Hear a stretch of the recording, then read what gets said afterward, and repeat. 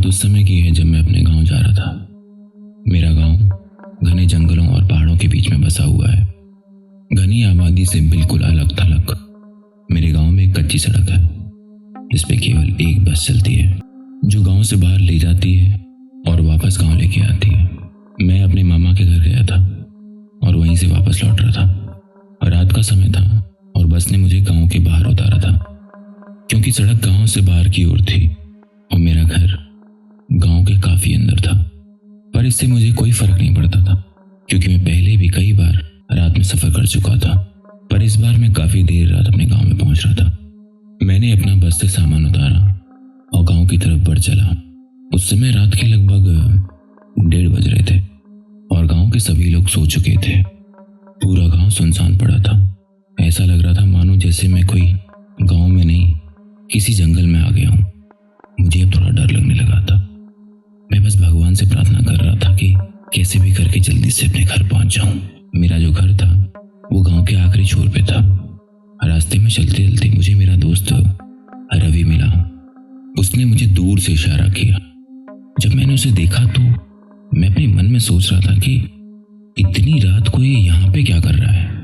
फिर मैंने इन सब बातों को अपने दिमाग से निकाला और मैं मन ही मन खुश हो गया कि चलिए कम से कम मेरा डर भगाने के लिए मेरा दोस्त मुझे मिल गया। अब मेरा डर थोड़ा कम हो गया था क्योंकि इस सन्नाटे भरी रात में कोई तो था मेरे साथ। रवि मेरे पास आया और मेरा बैग उठाकर और चुपचाप मुझसे आगे चलने लगा। चलते हुए मैंने एक बात पे गौर किया कि ये चुपचाप इतना शांति क्यों आगे चला जा रहा है। जब से मिला है कुछ बोला ही नहीं। पर मेरा दोस्त रवि तो बहुत बातूनी है। मैंने सोचा ये तो बड़ी अजीब बात है। समझ नहीं आया कि ये इतना शांत क्यों है। मेरा घर थोड़ी ही दूरी पे था पर अब वो एक दूसरा सुनसान रास्ता लेके गांव के बाहर तालाब की तरफ जाने लगा। कहा जाता है कि रात के 12 बजे के बाद जो भी इंसान उस तालाब पे जाता है उसके साथ कुछ अनहोनी घटना घट जाती है। इसलिए गांव के लोग शाम ढलने के बाद उस तालाब की तरफ नहीं जाते थे। मुझे समझते हुए देर न लगी कि ये मेरा दोस्त नहीं है। वो मुझे घसीटते हुए उस तालाब की तरफ लेके जा रहा था।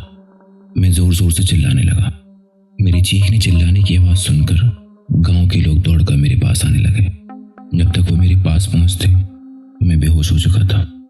जब सुबह मुझे होश आया तो मैंने अपने आप को देखा कि मैं अपने घर पर हूँ और मेरी आंख खुलते ही मेरे घर वाले मेरे पास आए। उन्होंने मुझसे पूछा कि तुम ठीक हो? तुम्हें क्या हो गया था? तुम रात को तालाब के पास बेहोश पड़े थे। तुम्हारे साथ क्या हुआ था? मैंने उन्हें अपने साथ जो कुछ भी हुआ था सब बताया। उस समय मेरा दोस्त रवि वहीं पे मौजूद था। उसने मुझे बताया कि वो रात को तो अपने घर पे सो रहा था।